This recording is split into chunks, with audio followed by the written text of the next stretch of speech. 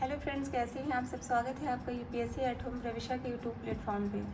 हम जो UP PCS के डेली के 5 क्वेश्चन की मेंस आंसर राइटिंग कर रहे हैं, उसी के साथ साथ हमने एक सीरीज़ स्टार्ट की थी जो कि लक्ष्मीकांत पे बेस्ड है, जिसके हमने 2 चैप्टर को कंप्लीट किया है। अब आज ही हमारा 3rd चैप्टर है, तो इस चैप्टर को हम स्टार्ट करते हैं। 3rd चैप्टर क्या है? भारतीय संविधान की विशेषताएँ। इसको हम देखेंगे डिटेल में।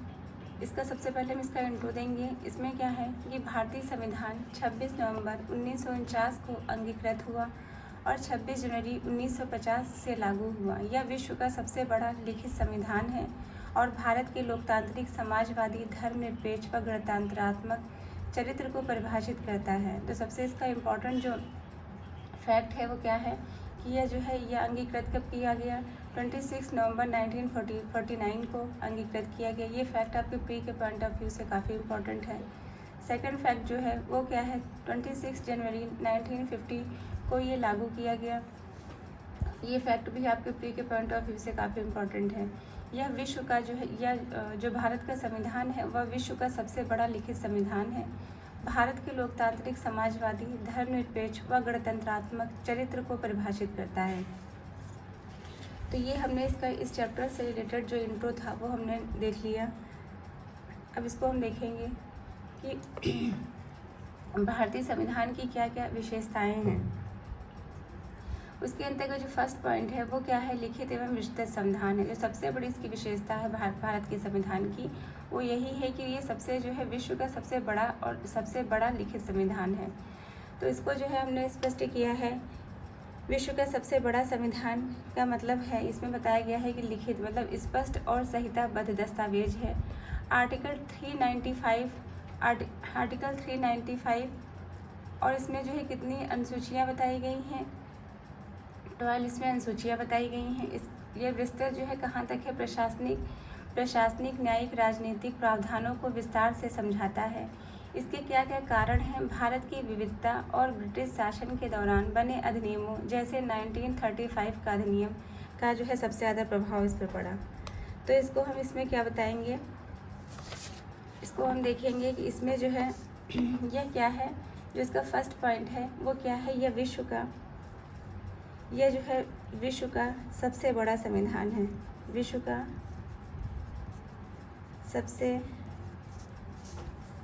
का सबसे बड़ा संविधान है। इसके अंतर्गत क्या बताया गया है? जो मूल संविधान था, मूल संविधान में 395 अनुच्छेद, 22 भाग और 8 अनुसूचियाँ थीं। वर्तमान में क्या है? वर्तमान में मतलब प्रेजेंट के पॉइंट ऑफ व्यू से देखेंगे तो वर्तमान में क्या है? 470 से अधिक इसमें आर्टिकल हैं और 25 भाग हैं और 12 अनुसूचियाँ हैं। 12 अनुसूची हैं। तो इसमें क्या बताया गया है? इसका जो मेन कारण है वो क्या है? भारत की सामाजिक, सांस्कृतिक विविधता और ब्रिटिशकालीन अधिनियमों जैसे कि 1935 का गवर्नमेंट ऑफ इंडिया एक्ट का इस पर सबसे ज़्यादा प्रभाव पड़ा। इसका हम उदाहरण देखेंगे। उदाहरण अनुच्छेद 1 से 4 तक संघ और राज्य से संबंधित है। संघ और राज्य से संबंधित है। और आर्टिकल 12 से 35 मौलिक अधिकार से संबंधित है। मौलिक अधिकार से। तो इसका ये हमने फर्स्ट पॉइंट देख लिया कि लिखित एवं विस्तृत संविधान है। इसके अंत तक हमने सारे फैक्ट देखे। अब जो इसका सेकंड पॉइंट है वो क्या है? संघात्मक परंतु एकात्मक झुकाव है। मतलब ये देखने में तो संघात्मक है लेकिन इसका जो झुकाव है वह कैसा है? एकात्मक है। तो संघात्मक लक्षण का मतलब क्या होता है? दोहरी शासन प्रणाली है। मतलब केंद्र और राज्यों में शासन की व्यवस्था दी गई है। तो इसमें और जो सेकंड पॉइंट है वो क्या है? लिखित एवं कठोर संविधान है। सर्वोच्च क्या है? इसमें न्यायपालिका है आर्टिकल 137 के अंतर्गत न्यायिक पुनर्वलोकन की शक्ति प्रदान की गई है। इसमें बताया गया है कि संघात्मक लक्षण का क्या मतलब होता है। संघात्मक लक्षण का क्या मतलब होता है। इसके अंतर्गत बताया गया शक्तियों का जो है विभाजन किया गया है। इसमें शक्तियों का विभाजन किया गया है। इसके अंतर्गत संघ सूची केंद्र को राज्य सूची राज्य को और समवर्ती सूची दोनों को। दोहरी शासन व्यवस्था का क्या मतलब है। दोहरी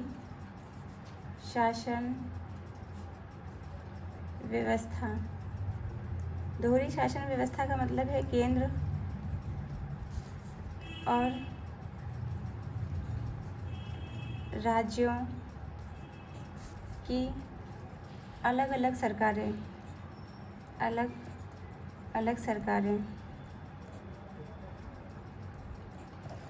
जो थर्ड पॉइंट इसके अंतर्गत बताया गया है संघात्मक लक्षण में स्वतंत्र न्यायपालिका स्वतंत्र न्यायपालिका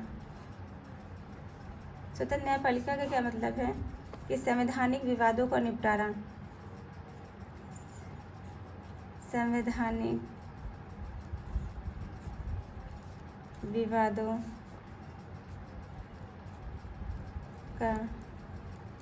निपटारा आर्टिकल 131।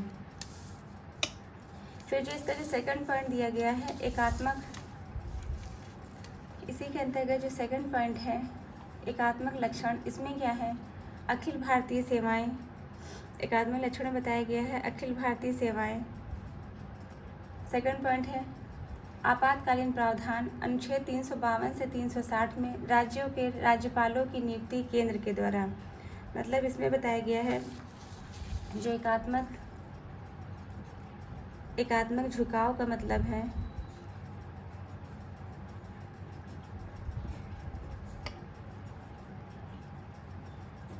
आपातकालीन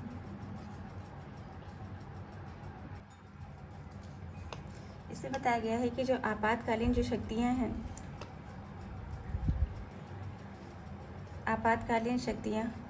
आपातकालीन जो प्रावधान हैं उसके अंतर्गत जो है राष्ट्रीय आपात जो कि आर्टिकल 352 में बताया गया है के दौरान केंद्र को अधिक शक्तियाँ प्रदान की गई हैं। केंद्र को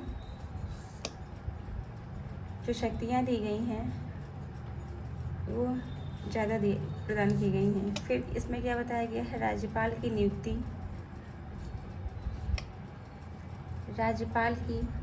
नियुक्ति का प्रावधान किया गया है। इसमें किसके द्वारा की जाएगी, केंद्र के द्वारा की जाएगी। आर्टिकल 155। ये जो फैक्ट है आपके प्री के पॉइंट ऑफ व्यू से काफ़ी इम्पोर्टेंट है। फिर क्या है अखिल भारतीय सेवाएं।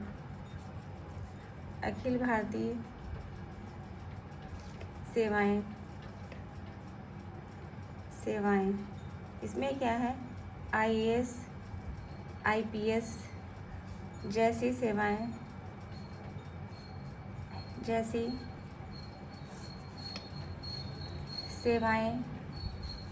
केंद्र के कंट्रोल में, केंद्र द्वारा नियंत्रित।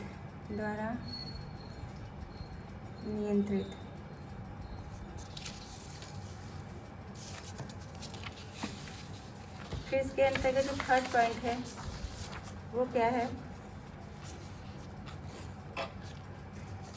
थर्ड पॉइंट में बताया गया है संसदीय शासन प्रणाली। इसमें क्या बताया गया है कि यह ब्रिटिश मॉडल पर आधारित है। संसद की जो शासन मतलब संसदीय शासन प्रणाली का जो प्रावधान लिया गया है वह ब्रिटेन से लिया गया है, तो यह ब्रिटिश मॉडल पर आधारित है। सेकंड क्या है इसके अंतर्गत कार्यपालिका का विधायिका के प्रति उत्तरदायित्व, ये जो है बताया गया है आर्टिकल 75 क्लॉज 3 के अंतर्गत। इसके अंतर्गत बताया गया है कि राष्ट्रपति जो है क्या होता है, इसमें एक और जो प्रोविज़न दिया गया है कि आर्टिकल 53 के अंतर्गत बताया गया है कि जो राष्ट्रपति है वह संविधान का प्रमुख होता है। मतलब इसमें क्या बताया गया है कि जो वास्तविक जो कार्यपालिका शक्ति होती है वह किसके पास होती है, प्रधानमंत्री और मंत्रिपरिषद के पास होती है। और जो राष्ट्रपति होता है वह क्या होता है, वह केवल जो है राष्ट्रपति केवल जो है संवैधानिक प्रमुख मतलब नाम मात्र का प्रमुख होता है। ये जो प्रोविज़न किया गया है वो किसमें बताया गया है, ये बताया गया है आर्टिकल 53 में बताया गया है। और जो प्रधानमंत्री की वास्तविक जो कार्यपालिका शक्ति किसके पास होती है, प्रधानमंत्री और उसकी मंत्रिपरिषद के पास होती है। ये प्रोविज़न किया गया है आर्टिकल 74 के अंतर्गत। ये फैक्ट भी आपके प्री के पॉइंट ऑफ व्यू से काफ़ी इंपॉर्टेंट है, आप लोग ध्यान रखिएगा। नेक्स्ट पॉइंट हम देखेंगे मौलिक अधिकार एवं नीति निर्देशक तत्व। इसके अंतर्गत जो है क्या बताया गया है, इसकी जो है संसदीय जो ब्रिटिश जो संसदीय शासन प्रणाली है इसकी जो हम विशेषताओं को देखेंगे। इसकी क्या विशेषताएं हैं संसदीय शासन प्रणाली की, संसदीय शासन प्रणाली की क्या विशेषता है, विशेषताएं क्या है, बहुमत दल का शासन। इसमें क्या है, बहुमत दल का शासन। मतलब इसके अंतर्गत बताया गया है कि लोकसभा में बहुमत के आधार पर सरकार बनती है। किसके आधार पर, बहुमत के आधार पर, बहुमत के आधार पर सरकार बनती है लोकसभा में। फिर क्या है, मंत्रिमंडल जो सेकंड पॉइंट है इसके अंतर्गत मंत्रिमंडल की सामूहिक उत्तरदायित्व। इसमें बताया गया है कि जो सभी मंत्री हैं वह सामूहिक रूप से संसद के प्रति जवाबदेह होते हैं। सभी मंत्री सामूहिक रूप से संसद के प्रति जवाबदेह होते हैं।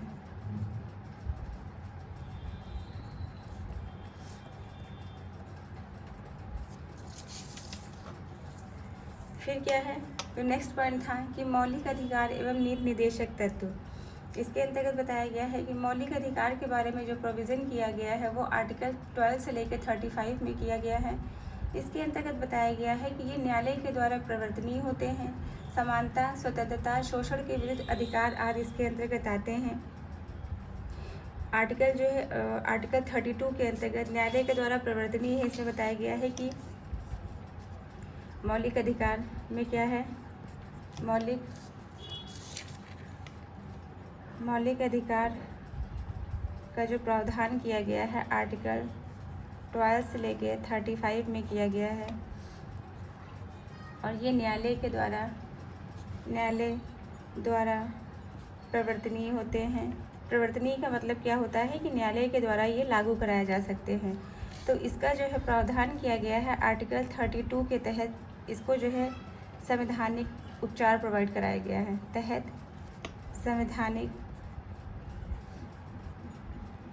संवैधानिक उपचार, ये जो पावर दी गई है वो सुप्रीम कोर्ट को दी गई है। फिर क्या है, इसके अंतर्गत जो है 6 श्रेणियां बताई गई हैं, जिसमें समानता, स्वतंत्रता, शोषण के विरुद्ध अधिकार, धार्मिक स्वतंत्रता, शिक्षा और संस्कृति संवैधानिक उपचार हैं। इसका जो महत्व क्या होता है, मतलब इसका जो है क्या इम्पोर्टेंस है, इसकी इम्पोर्टेंस को हम देखेंगे। क्या है, व्यक्ति की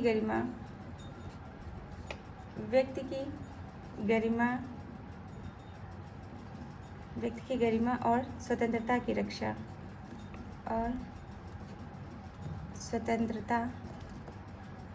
रक्षा करना।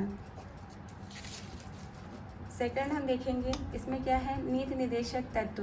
इसके अंतर्गत क्या बताया गया है, आर्टिकल 36 से लेकर 51 में नीति निर्देशक तत्व के बारे में प्रावधान किया गया है। इसमें क्या है, राज्य के नीति निर्देशक तत्व जो होते हैं सामाजिक आर्थिक न्याय प्रदान करते हैं। इसके अंतर्गत न्यायालय द्वारा यह जो है क्या है, यह न्यायालय के द्वारा प्रवर्तनीय नहीं है। तो इसको हम देखेंगे, नीति निर्देशक तत्व क्या है, नीति निर्देशक तत्व। इसमें क्या है, आर्टिकल 36 से लेके 51 तक बताया गया है। इसमें क्या बताया गया है, नीति निर्देशक तत्व ये क्या है, ये राज्य के लिए निर्देश हैं। ये क्या प्रोवाइड करते हैं, यह राज्य के लिए गाइडिंग प्रिंसिपल हैं, राज्य के लिए निर्देश हैं। इसके अंतर्गत सामाजिक आर्थिक न्याय, पर्यावरण संरक्षण, आर्टिकल 48 का ए, समान नागरिक संहिता आर्टिकल 44।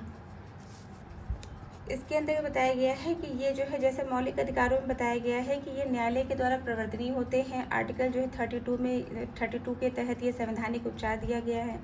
लेकिन जो नीति निर्देशक तत्व हैं वो क्या है, राज्य के लिए जो है एक दिशा निर्देश, मतलब राज्य के लिए गाइडिंग प्रिंसिपल हैं ये।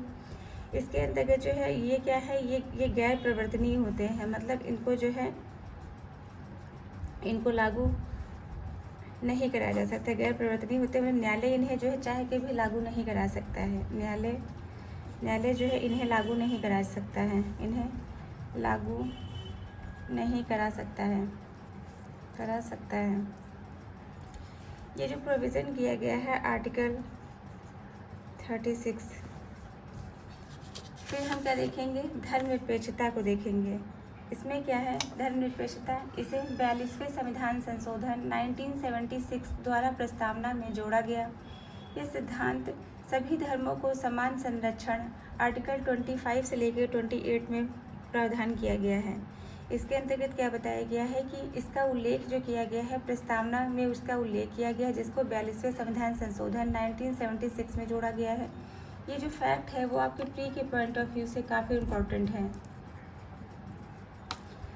इसका जो सिद्धांत है वह क्या है, सभी धर्मों को समान संरक्षण देना। आर्टिकल 25 से लेकर 28 में प्रावधान किया गया है। इसके अंतर्गत जो मेन प्रोविज़न है वो क्या बताया गया है कि इसमें बताया गया है कि धर्मनिरपेक्षता में क्या बताया गया है, जो मेन इसका फैक्ट है वो क्या है कि राज्य का कोई आधिकारिक धर्म नहीं है। आधिकारिक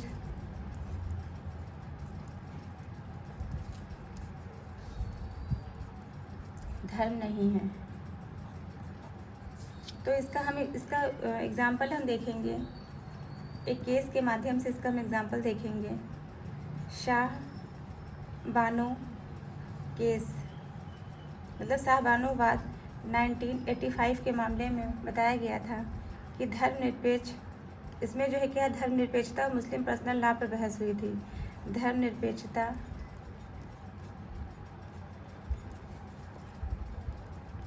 और मुस्लिम पर्सनल लॉ पर बहस हुई। सर्वधर्म समभाव का मतलब क्या है, सर्वधर्म समभाव का मतलब है कि सरकारी कार्यक्रमों में सभी धर्मों का प्रतिनिधित्व होगा। सरकारी जो कार्यक्रम हैं, सरकारी कार्यक्रमों में सभी धर्मों का प्रतिनिधित्व होगा।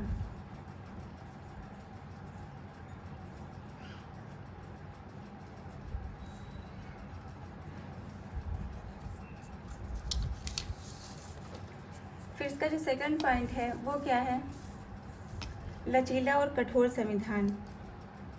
लचीला कठोर संविधान का मतलब, लचीला का मतलब क्या है? साधारण बहुमत से संशोधन, जैसे राज्य के नाम को बदलना।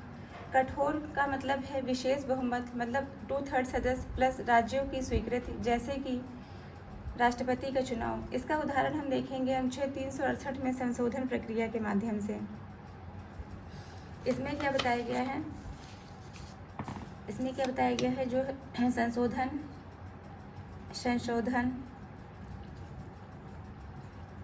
संशोधन प्रक्रिया आर्टिकल 368, इसके अंतर्गत साधारण बहुमत के अंतर्गत राज्य के नाम को बदलना। इसका जो एग्जाम्पल जो है देखेंगे, एग्जाम्पल क्या था? उड़ीसा से ओडिशा, राज्यों के नाम में परिवर्तन हुआ, किससे? साधारण बहुमत से। फिर क्या है?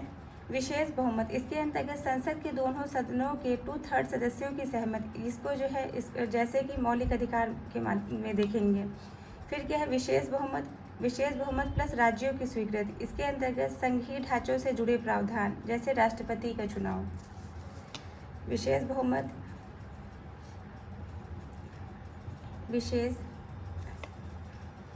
विशेष बहुमत प्लस राज्यों की स्वीकृति। इसके अंतर्गत क्या बताया गया है?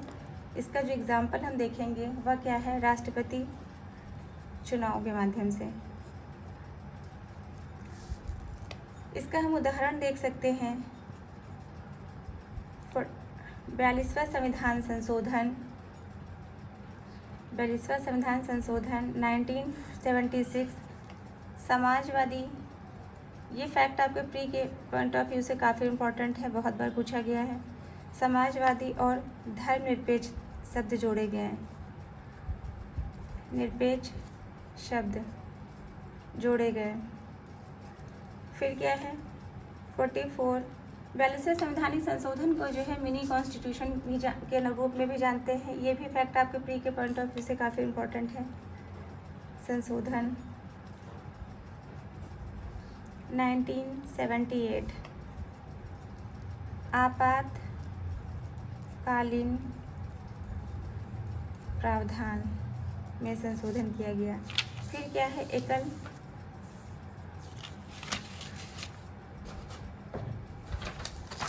नेक्स्ट हम देखेंगे एकल नागरिकता।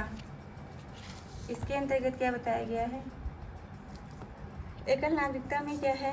ब्रिटिश मॉडल के अनुरूप है। इसका अपवाद है जम्मू कश्मीर, अनुच्छेद 370 हटाए जाने के पूर्व। इसको जो है क्या बताया गया है कि ब्रिटिश प्रणाली से प्रेरित है। अमेरिका जैसी संघीय देशों में दोहरी नागरिकता, राष्ट्रीय और राज्य। इसका अपवाद हम देख सकते हैं जम्मू कश्मीर, आर्टिकल 370 हटाया जाने 2019 से पहले विशेष दर्जा। इसका महत्व क्या है? यह राष्ट्रीय एकता को मजबूती प्रदान करता है। नेक्स्ट क्या है? आपातकालीन प्रावधान। इसके अंतर्गत 3 प्रकार के आपात के बारे में प्रावधान किया गया है। जो पहला पॉइंट है उसके अंतर्गत वो क्या है? राष्ट्रीय आपात, जिसके बारे में प्रावधान किया गया है। राष्ट्रीय आपात जो है जिसमें बताया गया है, जो फर्स्ट पॉइंट है वो क्या है? राष्ट्रीय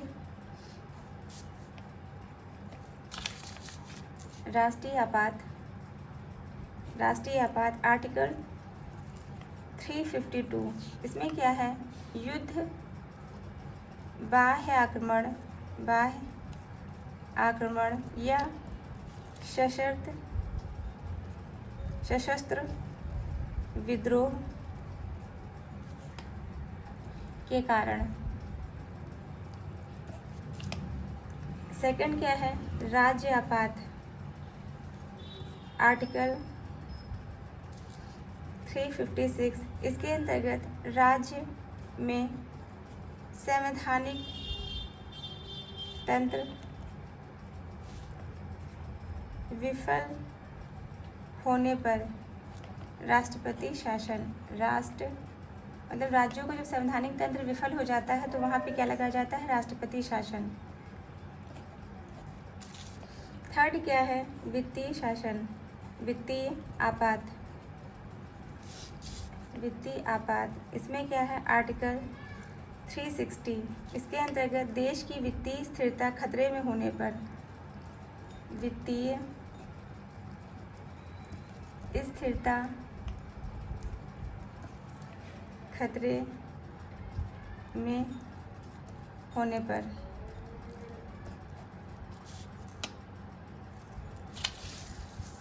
ये हमने देख लिया। अब हम देखेंगे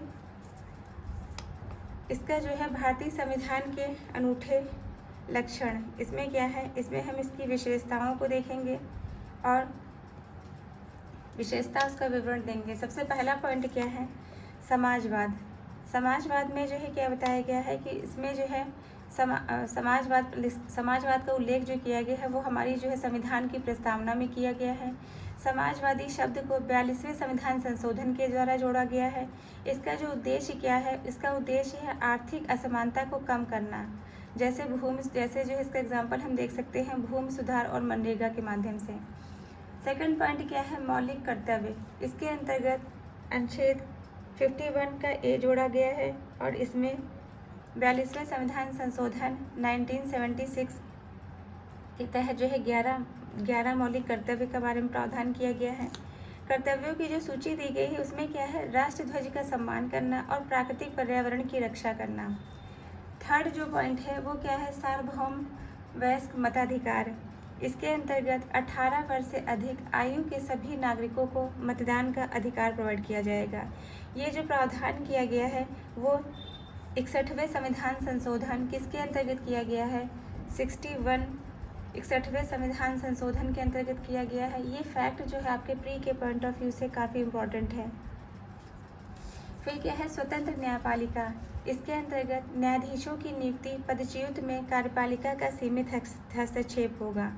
मतलब इसमें बताया गया है कि जो न्यायाधीशों की नियुक्ति होगी वह कोलेजियम प्रणाली से आर्टिकल 124 के अंतर्गत, और उनकी जो पदच्युत होगी वह महाभियोग प्रक्रिया से आर्टिकल 124 क्लॉज 4 के अंतर्गत प्रावधान किया गया है इसके बारे में। फिर हम देखेंगे संविधान के स्रोत को देखेंगे कि कौन सा संविधान का कौन सा जो है प्रावधान किस देश से लिया गया है। तो सबसे पहला जो है वो क्या है, जो प्रावधान है वो संसदीय प्रणाली। तो संसदीय प्रणाली संविधान के जो है संसदीय प्रणाली किस देश से ली गई है, ब्रिटेन से ली गई है। इसका जो है उदाहरण क्या है, प्रधानमंत्री मंत्रिमंडल का उत्तरदायित्व। सेकंड क्या है, मौलिक अधिकार। मौलिक अधिकार का जो प्रावधान, भारतीय संविधान का जो मौलिक अधिकार का जो प्रोविज़न है वो कहाँ से लिया गया है, वो अमेरिका से लिया गया है। इसका उदाहरण हम देख सकते हैं स्वतंत्रता, समानता और न्याय का अधिकार। जो थर्ड प्रोविज़न है वो कहाँ से लिया गया है, वो राज्य के नीति निर्देशक जो तत्व हैं वो कहाँ से लिए गए हैं, वो आयरलैंड से लिए गए हैं। इसका जो है उदाहरण हम देख सकते हैं सामाजिक और आर्थिक न्याय।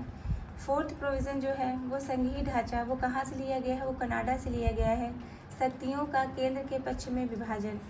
आपातकालीन जो प्रावधान है वह जर्मनी के संविधान से विमर संविधान से लिए गए हैं, राष्ट्रपति की आपातकालीन शक्तियाँ। तो ये जो फैक्ट हैं कि संविधान के स्रोत कि संविधान का कौन सा जो है प्रावधान कौन से देश से लिया गया है, तो ये आपके प्री के पॉइंट ऑफ व्यू से काफ़ी इम्पोर्टेंट है, आप लोग इसको ध्यान रखिएगा। फिर हम देखेंगे यूपीएससी के लिए कुछ महत्वपूर्ण तथ्य।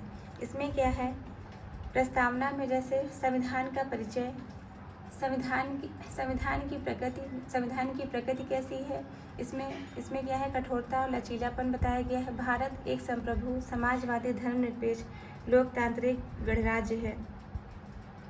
तो इसको हम इसके माध्यम से हम देखेंगे कि इसमें जो है कौन कौन से ऐसे फैक्ट हैं जो प्री के पॉइंट ऑफ व्यू से, ये मतलब ये जो चैप्टर जो 3 है लक्ष्मीकांत का चैप्टर 3 आपके प्री के पॉइंट ऑफ व्यू से कहाँ पे रेलेवेंट है उसको हम देखेंगे कुछ क्वेश्चन के माध्यम से। सबसे पहला क्वेश्चन है वो क्या है कि भारतीय संविधान की प्रस्तावना में समाजवादी धर्मनिरपेक्ष शब्द किस संशोधन के द्वारा जोड़े गए हैं। तो ये अभी हमने आप लोगों को दिखाया था कि भारतीय संविधान की प्रस्तावना में संविधान का जो समाजवादी धर्मनिरपेक्ष जो शब्द हैं वो 42वें संविधान संशोधन 1976 के द्वारा जोड़े गए हैं। इसी को 42वें संविधान संशोधन को भी मिनी कॉन्स्टिट्यूशन के नाम से जानते हैं।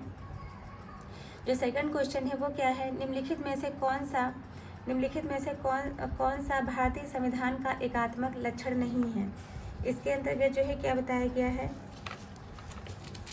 भारतीय संविधान का एकात्मक लक्षण नहीं है। इसके अंतर्गत जो है क्या, पहला जो पॉइंट है वह क्या है, अखिल भारतीय सेवाएं, राज्यपाल की नियुक्ति, संसदीय शासन प्रणाली, आपातकालीन प्रावधान। जो संसदीय शासन प्रणाली है वह इस भारतीय संविधान का एकात्मक लक्षण नहीं है।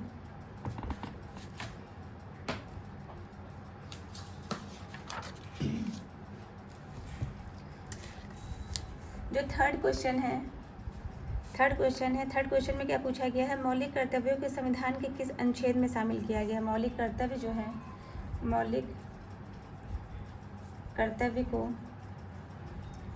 मौलिक कर्तव्य को कौन से आर्टिकल के अंतर्गत शामिल किया गया है? आर्टिकल 51 का ए।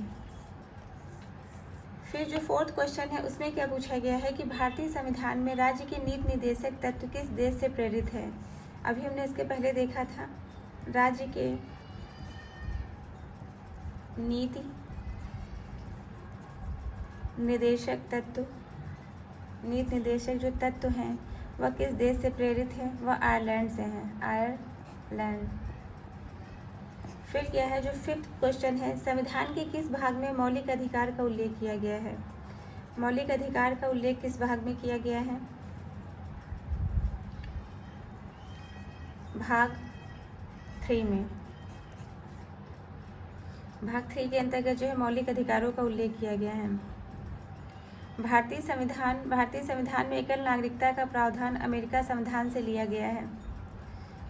जो सेकंड पॉइंट है, राष्ट्रीय आपातकाल की घोषणा अनुच्छेद 356 के तहत की जाती है। राष्ट्रीय आपातकाल की जो घोषणा जो है, राष्ट्रीय आपात की घोषणा अनुच्छेद 352 के तहत की जाती है। आपात की घोषणा अनुच्छेद 352 के तहत की जाती है। इससे संबंधी जो मेंस के पॉइंट ऑफ व्यू से जो क्वेश्चन इससे बन सकते हैं वो क्या है? जो फर्स्ट क्वेश्चन है कि भारतीय संविधान की प्रस्तावना में भारतीय संविधान की जो प्रस्तावना है उसको संविधान की आत्मा क्यों कहा जाता है? इसके महत्व पर प्रकाश डालिए। जो सेकंड क्वेश्चन बन सकता है कि आपातकालीन प्रावधानों ने भारतीय संघवाद को किस प्रकार से प्रभावित किया है? उदाहरण सहित लिखिए। तो ये जो है ये क्वेश्चन दो क्वेश्चन हमने मेंस के देख लिए, जो इस चैप्टर से मेंस के क्वेश्चन बन सकते हैं, और हमने प्री के क्वेश्चन देखे। तो इन क्वेश्चनों के माध्यम से हमारा जो चैप्टर जो 3 है लक्ष्मीकांत का वो कंप्लीट होता है। आप लोगों को हमारी जो ये सीरीज़ चल रही है लक्ष्मीकांत की कैसी लग रही है हमारे कमेंट सेक्शन में ज़रूर बताइए, और ऐसे ही पढ़ते रहिए, लाइफ में आगे बढ़ते रहिए। यूपीएससी एट होम प्रविशा के साथ में मेंस आंसर राइटिंग करते रहिए। Thank you.